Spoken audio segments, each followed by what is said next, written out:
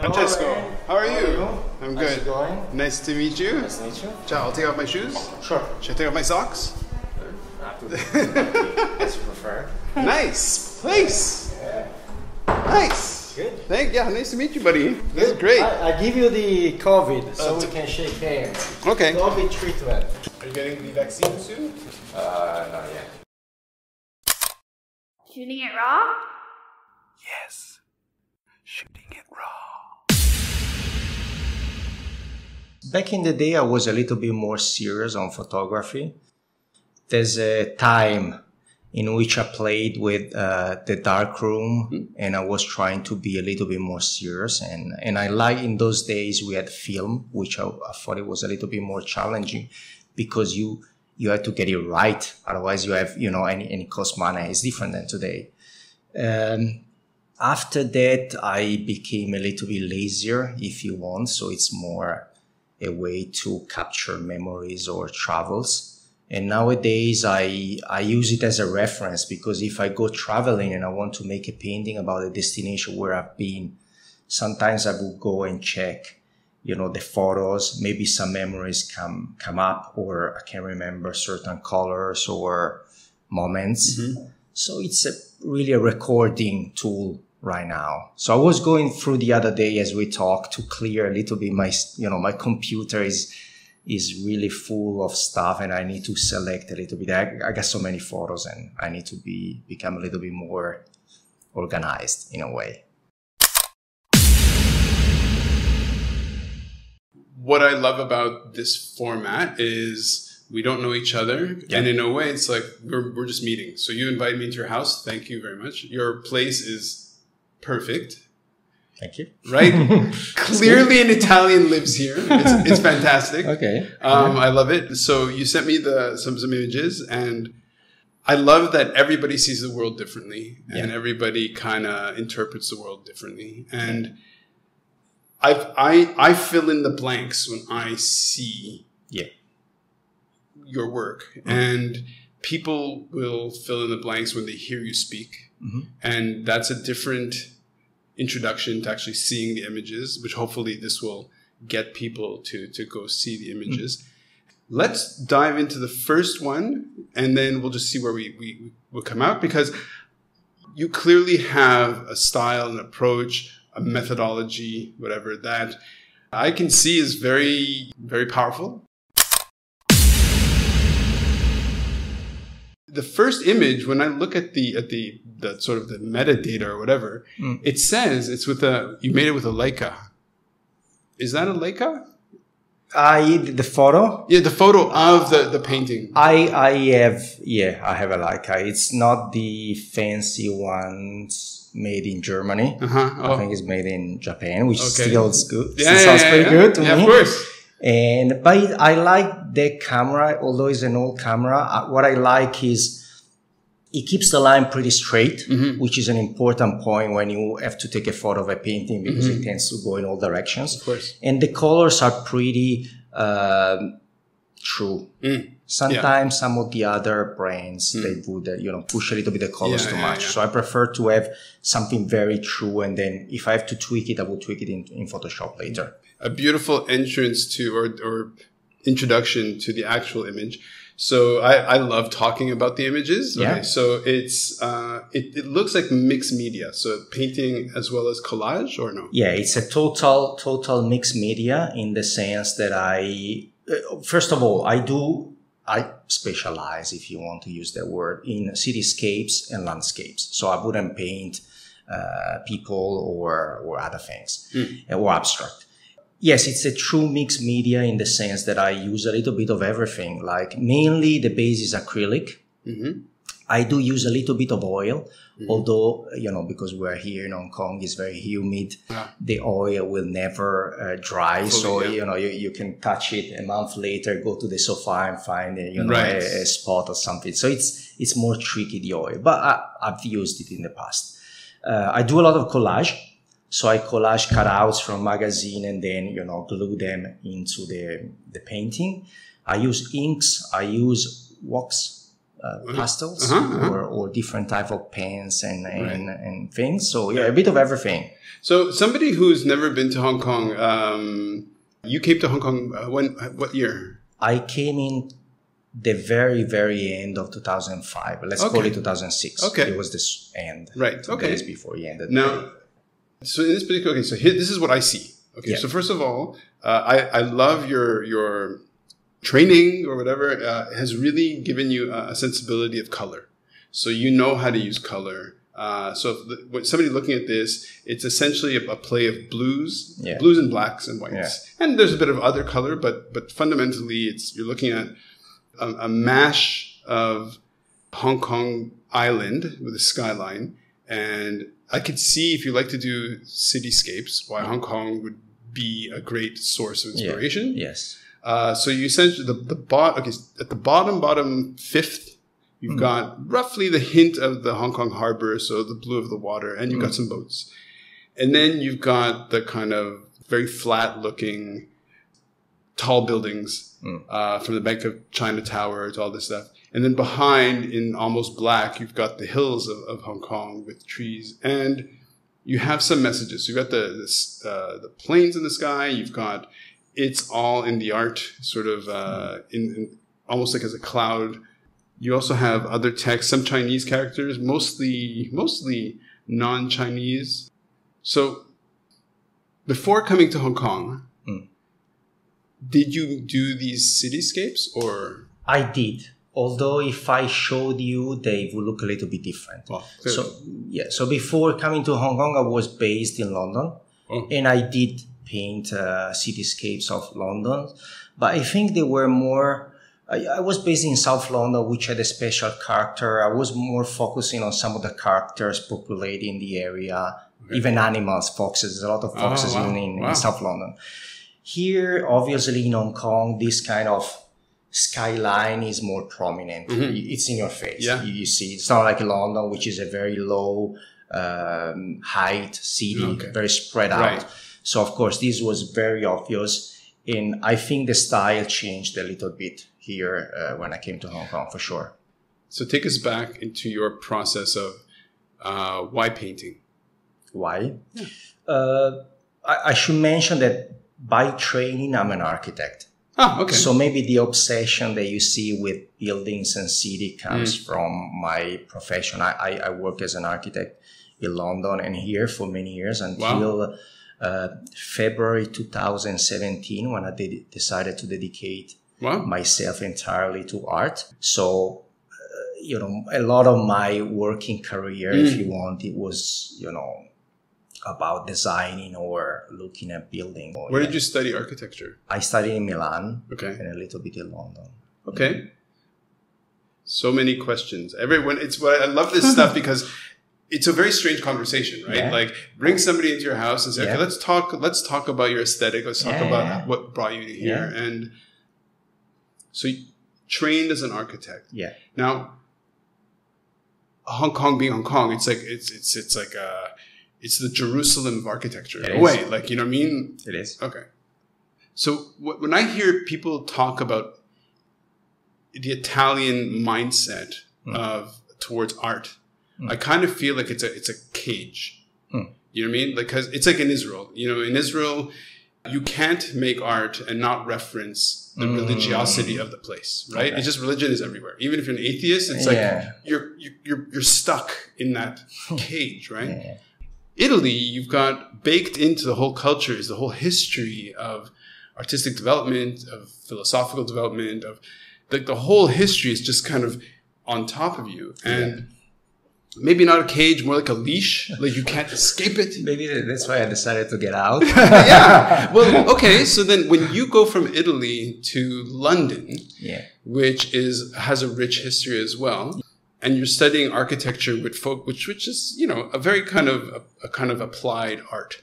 But then you come to Hong Kong, which is a lot more like, given my description of being in a cage and then a leash, and then coming to Hong Kong as an architect, what happened to your brain when you kind of saw this? Well, of course, I guess it happened what everyone has experienced, every one of us from outsiders.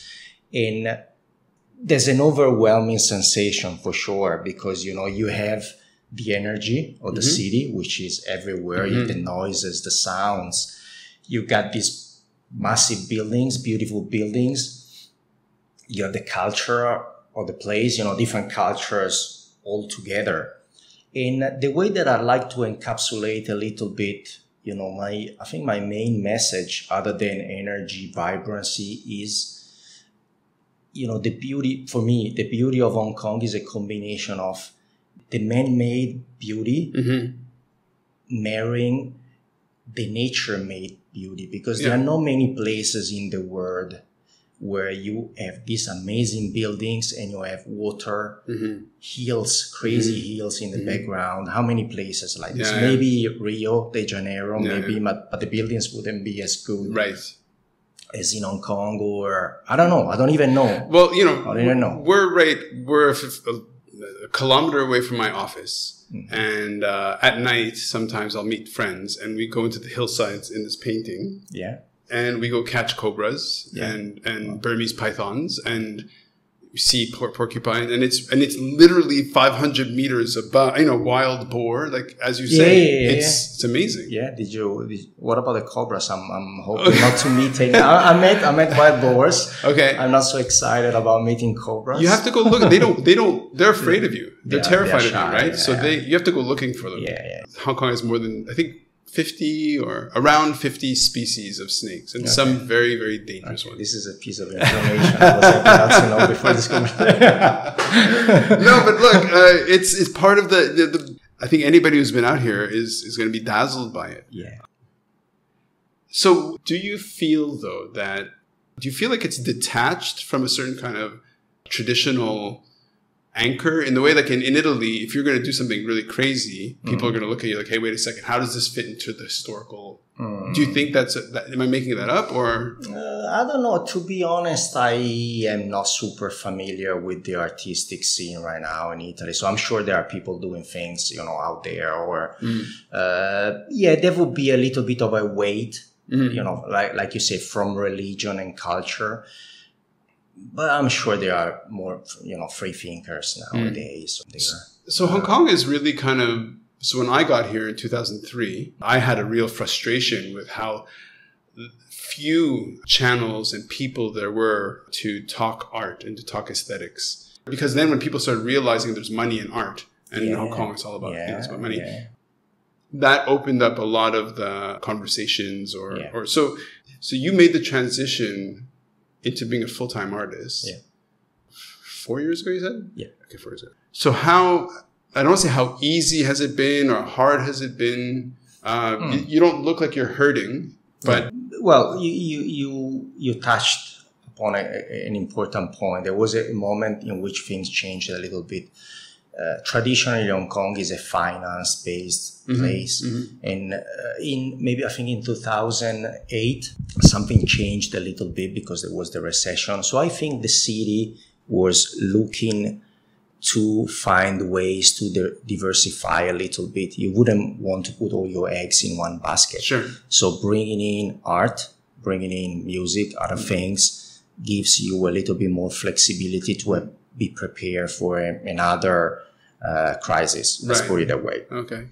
And people realize there is money in art. In fact, they put a lot of money into Art Basel. It's not a coincidence that Art Basel, Art Central came about after the crash, the financial crash. Before there was an Hong Kong fair, but it was a much smaller affair. Yeah. So, of course, there was a little bit more interest in... as an artist, or at least a creative mind, I like that, because coming from London, the first years here, the part that I loved Hong Kong, but the part that I didn't like, I felt it was a little bit dry when it came to art, music. It was very, straightforward money and making money. After that, things changed. The conversation changed, and Hong Kong started to having a different appeal. It became more interesting to me. So there was one thing. And I also started doing collaborations that maybe we can talk later in the next image with schools. So I realized maybe more opportunities could open up for me. And I'd been working as an architect here for the same company for a long time.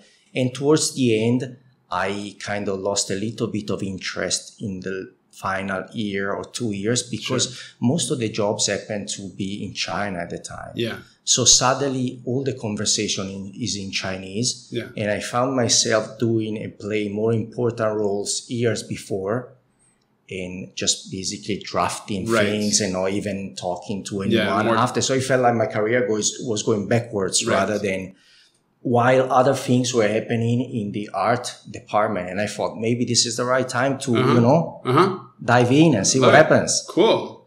Yeah. Okay, so this particular image is, how long ago did you make this piece? I need to check. I think it's a 2018, if I'm right. I put it for two reasons, these paintings. Yeah. First off, thank you about what you said about the colors. Actually, I have the complete other idea. I don't think I can master colors. This is a good example in which I kept the palette very limited. Right. But every time I have the feeling I'm using too many colors. Right. So thank you, but no, I'm not sure. I'm still learning. But this is just it's just a snapshot, right? Like we're just meeting. I haven't seen. There's a painting behind me. I don't know if you made these, but I made those too. Okay. But when you see that one is quite contained when it comes to colors. Other paintings are much more colorful. I'm thinking, should I cut down a little bit? No, this is great. Look. There's no should. I love it. Let's move on to the next one. But I wanted to tell you a story about this one because I put it because it's a classic in terms I do two things, cityscapes and landscapes, and this is a classic cityscapes of Hong Kong. Mm-hmm. But a few years ago, I wrote a book.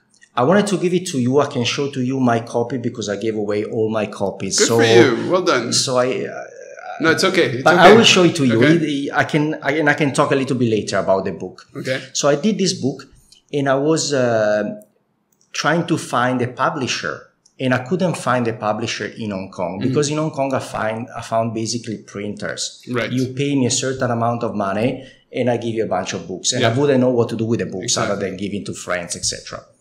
But then I found an American publisher called Goff Books out of San Francisco. And I wrote them, and they went quiet.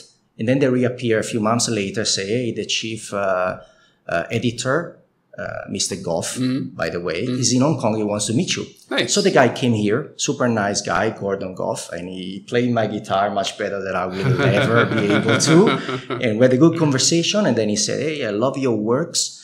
This is the type of paintings I would like to hang in my house. Nice. And we can do a book and we'll do this and that. And it was still very expensive. Yeah. But what I liked is that they would give me a bunch of books, but they would also print another bigger bunch of books that they would distribute. Right. So they would manage. Yeah. And I like that. That's great. This is what you want, right? Yeah. And the guy say, how about we lower your fee and you give me one painting? Mm-hmm. And I said, sure. Mm-hmm. And he said, hey, let me call the boss, my wife, and see what she likes. Okay. And she liked that one. Okay. So the one went to San Francisco. Oh, nice. And thanks to this specific painting, I managed also to have a book published. Wicked. By Goff Books. Happy accident. That's fantastic. Moving on to this next image. Yeah. You want to talk about it? Why don't you describe for people who are listening, what can they imagine? Like, yes. This one, perfect. Your lead is perfect in this case. So here you see a little bit more color coming up. Not too much, not crazy, but I like it. Pinks and greens. And I wanted to give the other case scenario, not the city, the landscape, no? And going back to the book, in this book, I put a few stories about travels or adventures that I had across Asia over the 15 years that I've been here. And I took those photos that we were talking about before. And then I wrote a little story, a little adventure that kind of inspired the piece. So in that book is I call it Colors of Asia Paintings by Francesco Lietti, published by Goff Books. And there's a series of paintings that have these stories to go with and some photos as well. Sure. And this is one. So basically, in this case, it could be different stories. I could tell you a couple of stories about this one. It doesn't need to be exactly that one or that one. But basically is my research of the quintessential Southeast Asia landscape. Okay. I am in love. Maybe I saw some movies when I was a kid. I don't know. Right. I cannot tell you why. But I love this sweaty, green, lush green palm trees, water buffalo environment. Okay, so essentially, it's the format I have here is a square format. Yeah. And when you look at it, it's an image of a painting, and it's very kind of the perspective is quite flat, right? And so the hills are very rounded, very buxom, very but the hills are all given different colors. Have you been to the Philippines? Yeah. Okay. Have you seen the Chocolate Hills? Yeah, there you go. So if you've been to the Chocolate Hills, this could be one adventure option that you can pick. You can pick a Bali adventure or another Mindoro, also Philippines adventure. Yeah. So you make the connection, and so it's kind of interesting that the hills themselves. It's in terms of your choice, the hills themselves are non-built, but wherever there is like a horizon of a road is where you see a kind of a man-made imprint, either a building or like I think it's like a temple shack or so. Okay, so lots of color, but it's not like vomit on the street where there's just you look inside and there's all this colors. Like, ugh. It's not like that at all. It's really quite bright and playful. So people tend to kind of shy away from that playfulness that color can do, because in a way you can get it wrong, right? Because it can look like a little bit like a kaleidoscope or whatever. So you clearly have a sense of what you're doing. Like you obviously know what you're doing. One thing I connect to in both just these two paintings is you have in the sky these floating squares, buildings, whatever.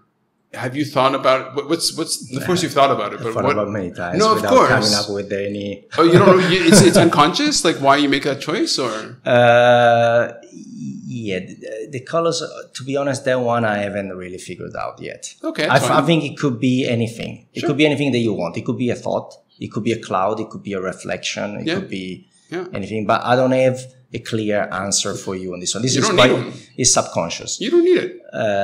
Good. I feel good. The flatness, you mentioned the flatness. I thought about that one a few times. I think I came up with the idea. And as an architect, we draw in plan, elevation, and section. Right. So it's actually always, okay, you can have a 3D tool nowadays. Sure. Fair enough.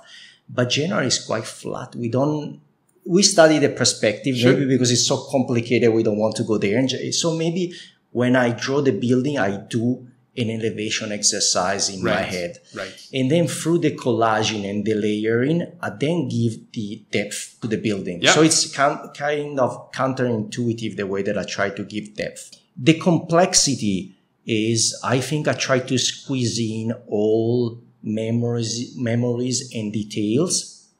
So yeah, there's a lot of stuff going on. It's dense and I want to give the energy. So you have every little scene could be cut out in a smaller painting on itself in a way. If you have good eyes, you could try to see me on my bike in the painting. Well, you're pretty good actually. First shot, never happened. Sorry. So that's me because it could be me driving, through the Chocolate Hills. I wrote a little story on that one, or in Bali when I got lost. Try to get to Ubud. Oh, nice. Or in Mindoro, another amazing adventure. So yeah, it's me going and exploring Southeast Asia, trying to find the perfect, pristine Southeast Asian landscape. Is the composition, the original painting, this format? Is the image, or is it bigger or is it square or? This painting? This is an 80-80.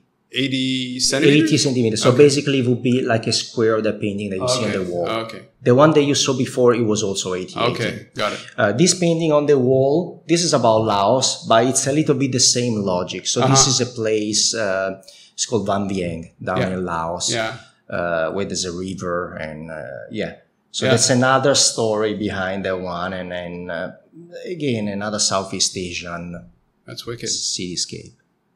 Sorry, landscape. No, it's, yeah, well, words, who cares? I love it. Let's go to the next one. Okay, now this is a photograph. It almost looks like a rendering, but it's a photograph because you never render that. I got a rendering on this one. They look pretty similar. It's hard to tell which one is which. This is a photo. Yeah, exactly. At first, I think they touched it up a little bit. It looks too crisp or something, but it is a photo. Yeah. Okay, so what it is the perspective. I mean, it's essentially a very long kind of rectangle, and interestingly enough, it's of an office space. And if you were to split the rectangle into three, I mean, in a weird kind of way, the photograph itself, now, of course, there's your painting in the photograph, which is the point, but the photograph itself is composed in a way that could almost be like a triptych in that the left hand, say, like kind of smaller rectangle looks like one of your classic, the cityscape. Then the middle triptych is more, it shows more of the office building with the thing and the perspective. And then the right that's how I saw it immediately. Yeah. Now, what is the story of this photo? Yes, the photo is not mine. Okay. In this case, it's some professional photographer who took the photos of that office. Yeah. I put this photo because this was my latest project. Nice. I terminated it maybe a month ago.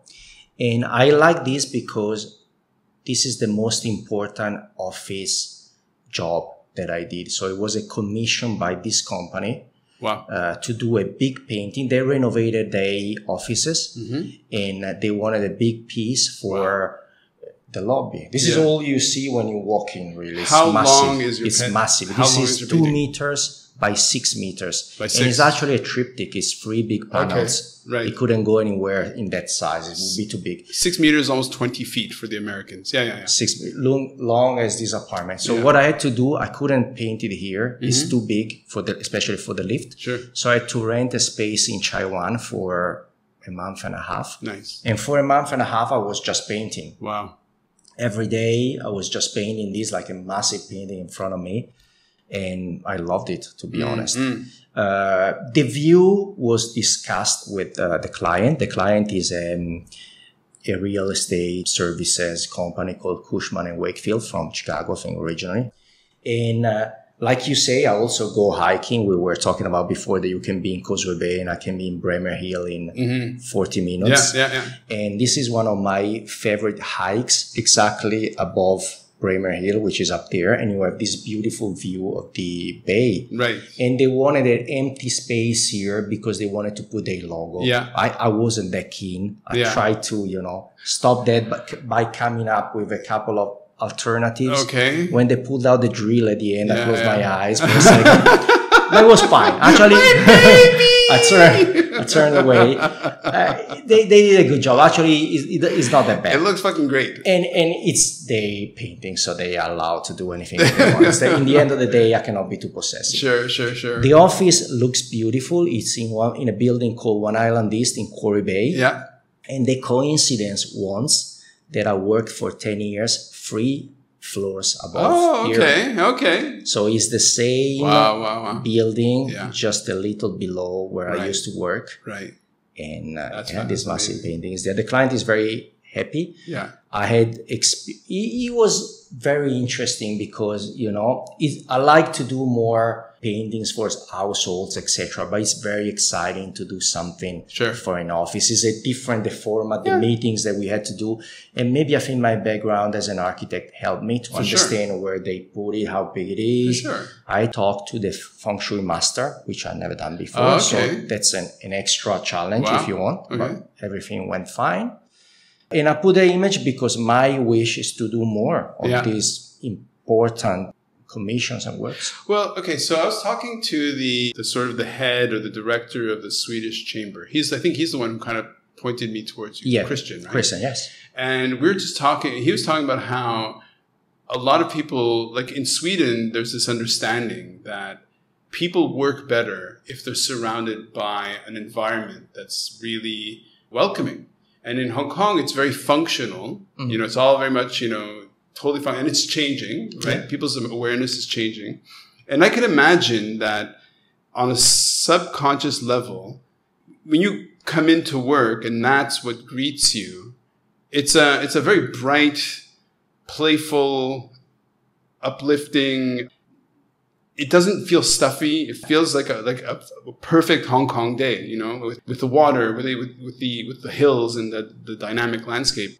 Yeah, I could see why they would like it and why you would like to do it, because it's a bit, you know, in a way it's a challenge. It's like, okay, dude, here, 20-foot long painting, do it. Yeah. I hope this trend continues and there will be more opportunities. So far, I only did 2 jobs for offices, a smaller one for a meeting room and this massive one. I hope it will continue. It's the challenge. It's not just a bigger. It's just about the interaction with people who have a brief or, you know, it's more complex. It's a more complex commission. So, of course, I'm hoping that in the future I will have more opportunities to do works like this. Well, and I'm sure it forces you into a kind of a mental space to kind of challenge yourself to say, okay, well, I have to think about, well, in a way, maybe only an architect or being an architect helps you create what will make them happy, because an architect is always kind of tied to a client to make them happy, you know, so there's always that tension or whereas, you know, if you're more of a solo kind of self-absorbed artist, maybe it would make that conversation less. Exactly. Totally. And I think this is certainly a case in which my background as an architect helped me. You know, they were me, the client, and the interior designer who suggested me to the client. So these were the meetings. And of course, I can be in the head of the interior designer. Absolutely. I know what they are thinking and what's the logic behind their presentation. So, I love the fact that they bring you in, which for them is great, which is which shows a certain kind of elevated thinking on their part. But then to say, okay, come in, what can you create? And then you create this work that isn't dead. Offices tend to be quite dead and dry, but you know, it's colorful, it's alive. I really like it. Thank you. Ecco brava. And it's not even that it's good, but whatever. Yes. Okay, so this image, one of these things is not like the other. Why don't you explain what this image is?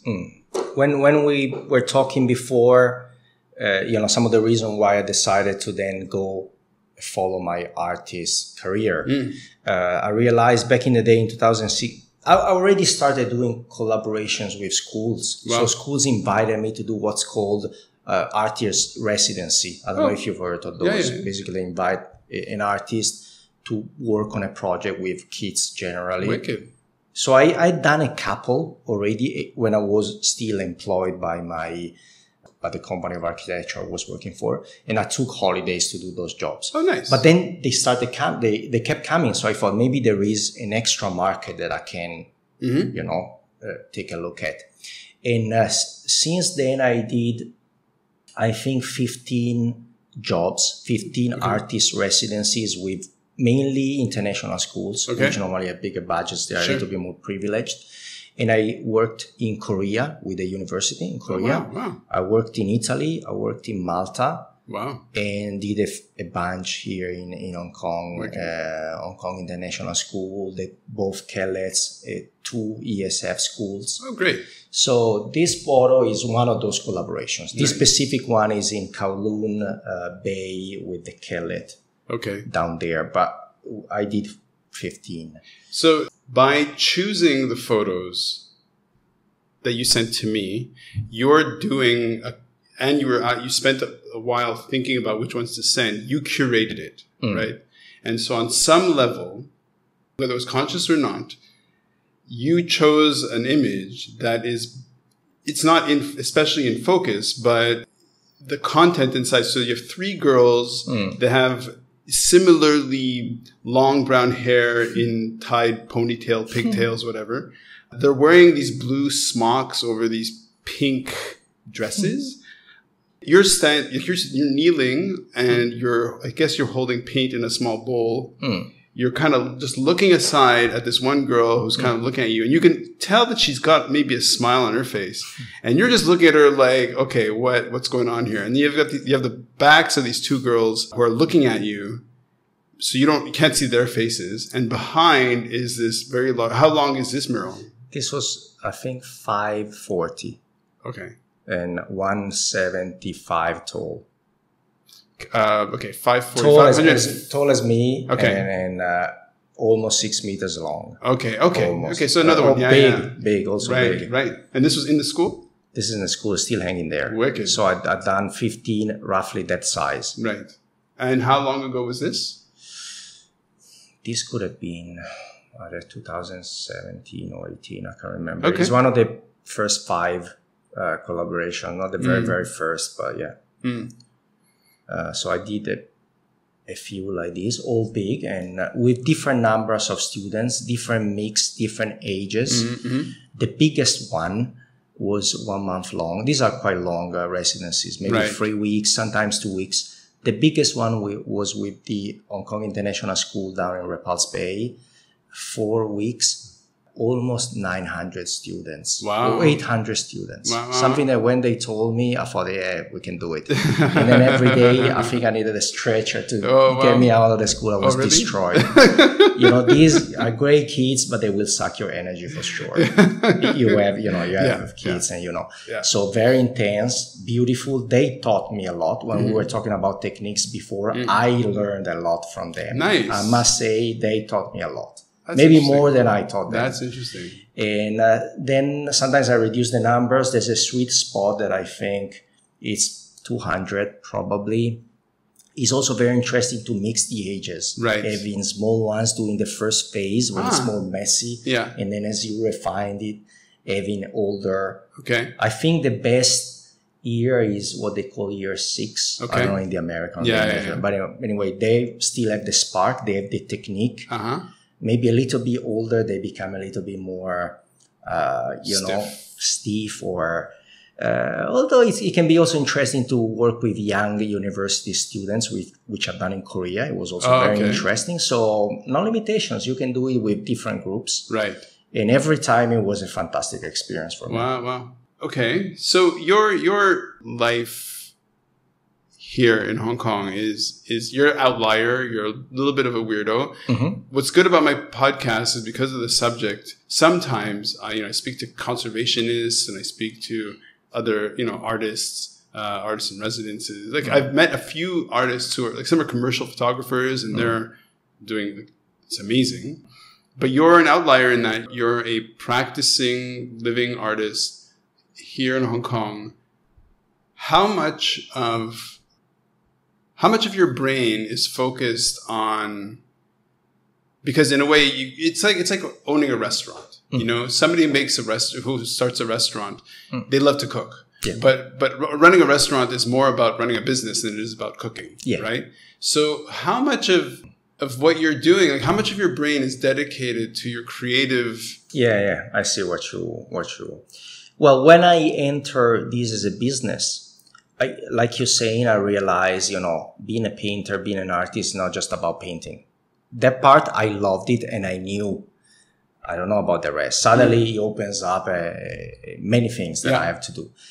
I felt comfortable and confident when I realized that I loved each aspect of it. So suddenly it's not like I love painting, but I hate fixing my website or doing some PR or meeting with the show, meeting with clients. I loved it all. Yeah. So every different side of it, I loved it. What I realized, I would love everything as long as it doesn't become just a routine. Like architecture probably had become towards the end. If I did this collaboration with schools, one back to back, one after the other, would go crazy. These things you need to do one and rest for 2 months. Sure. Of course. Mentally. Of course. And then you need to just focus and paint by myself quietly. When I cannot do that, I want to write one of those stories in the book. Or I like to go to talk to my framer. Or I like to, screw the frames onto the paintings and hang them and put holes in the wall or be drinking wine at the vernissage. I like it all. So I like the variety. That's cool. So what, you look relatively fit. What kind of, you go hiking? What do you do? I go hiking. Yeah, that's it? Not so much. I went actually for a big hike Sunday to Lama. Very nice at the back of the island. Beautiful. when I came back to Hong Kong on the 8th of March last year, so exactly 1 year. Wow. At the beginning of one is really, we don't know what to do. I don't want to meet too many people, so I was just going hiking. Yeah. Maybe at the time I was fit, if you want, because I was going every day. Right now, every once a week, so not so much, but I do. The reason why I asked that, the connection to that is that I find that, especially with hiking, I really feel it myself, is that the first hour of a long hike is like just getting the junk out. It's kind of like in terms of my rhythm, in terms of my pace, it's just like my muscles have to warm up, and then it's kind of like, oh, okay, and then I hit my groove, and then I can go, right? Similarly, in terms of a project that you have, what would you describe is the getting the junk out? You have a new project coming up to you, and where in that stage are you just have to get into the rhythm of it? Does that question make sense? Maybe it doesn't make sense. Maybe it's a stupid question. Actually, it's less glamorous, less artistic than you. I wish it was like, the artist just going into the right mood, and maybe with a little bit of wine, etc. at night. And I did it before. I used to do it there with the light at night after work. But now it's more organized. Okay. It's more in the morning, from this time to this time. Yeah. Very, very organized. Okay. So there's not too much glamour it's not about the glamour. It's more about how do you understand your own creative moment? So, you know what I mean? Like, I think, the base of paintings is something that these paintings take me quite a long time. So what I think I need to do is to keep putting time into them. Maybe one day is an hour, and then I work on another painting. Okay. And maybe one day is 2 hours. And what I do, because I've done it so long, it comes pretty natural. Right. I can pretty much do two things while, I listen to audiobooks. I don't have to think about it. It just goes. Yeah. I listen to audiobooks and I'm doing another thing. I can't. My brain just... But this one I can do it. So it's pretty simple. I don't have to be in a special space or in a special moment of inspiration. When the paintings is almost ready, and then I would just focus and try to finish, maybe that's when all the junk goes away and I really focus in a more creative way to just finish it off with some touches. Okay. That's not the build-up of trying to bring the painting to the stage when it's almost done. So it's a lot of preparation and a quick closure that's more creative, what I think you are suggesting. I don't even know what I'm suggesting. It's always interesting to hear different people's process, how they ended up in this. So looking at your parents, for example, how did your parents influence this side of you? I don't know, because in my family there's a lot of doctors. They're all doctors. Okay. So different. I mean, my father likes art. Yeah, he's an art collector. But I don't have memories in which art or music or the creative world. There's a specific part in my family. Sure. What I remember is that since I was a kid, I always liked to draw or like to look at images. And I always had quite a good imagination to imagine things. So I was born like this. It's not like... So the thing with photography is that the machine, in a way, defines, depending on how you use the machine, you can manipulate the machine to get a different visual result or artifact or whatever you want to call it. With classic painting, you've got the pigment, you've got the, for example, you're talking about how oil in this kind of climate isn't easy to work with, so it's better to work with acrylic. In a way, painting is a lot closer to manipulating color and shape, and yet you're using a lot of collage, and you're using a lot of, it's not geometric, but it's a very contained, like the hillsides are chaotic, and the buildings are more formal, So did your artistic development come through the architecture school, or did you actually develop that? Well, yeah. Now that because you mentioned photography, I should say my father worked for AGFA, which is the producer of film. Yeah. So for sure, I was surrounded by cameras, film, and eventually he's the one who got me that old machine to develop myself. So for sure, the influence is coming from my father in this sense towards photography. So that was present in my life since small. Cool. Yeah, of course, the career, the school of architecture, of course, exposes you to a lot of art and culture, for sure. There are exams about art, history of art, and then we go back to what you were saying about Italy. There's, huge books about all the history of art of Italy. So that must have influenced me, although I was already grown up at that time. Yeah, so a combination of those, a combination of my just predisposition to be a little bit interested, enjoy, besides the technique, because I think I just have enough technique to do what I want to do. I don't have any special technique to do anything very refined, or I didn't do any courses to be, so my technique is limited, let's say, in a certain way. And when I was working as an architect, because I liked to draw, I think my boss saw that in me, and during the presentation I was always doing those architectural sketches. You do the renderings to show how the building is, and then you show a couple of sketches to see how people will go through. You humanize it. Humanize and populate the building. So I was always doing those in the part of... and I think that was also interesting because it gave me an idea how to collage different things. I was collaging in Photoshop. Right. But then you can apply the same principle on a physical painting. Yeah. I had my library of people, my library of trees that I built up over the years, and then I would place them and do a sketch. And so maybe that also contributed in the way that I love how to do a cityscape. Sure. So I don't know, it's hard to tell. Sometimes it's good that you ask me because I start thinking and suddenly I find the answers. Yeah. But there are answers. And look, I think sometimes you can also look in your navel and eventually you'll find something. So, you know what I mean? Like it's... Thank you. I have to thank you because I was doing a terrible job to explain it, but you are taking the answers out of me. No, you did it beautifully. Look, I'm just saying, like, I'm putting you in the uncomfortable position to say, okay, now look at yourself and explain what, in a way, it's like music. It's like, well, maybe I'm just making it because making it is the process, is the result. Like, you know what I mean? Like painting itself is both the result and the practice, and maybe you don't need to explain it. Is that okay? Yeah. Perfect. I know one more thing about myself.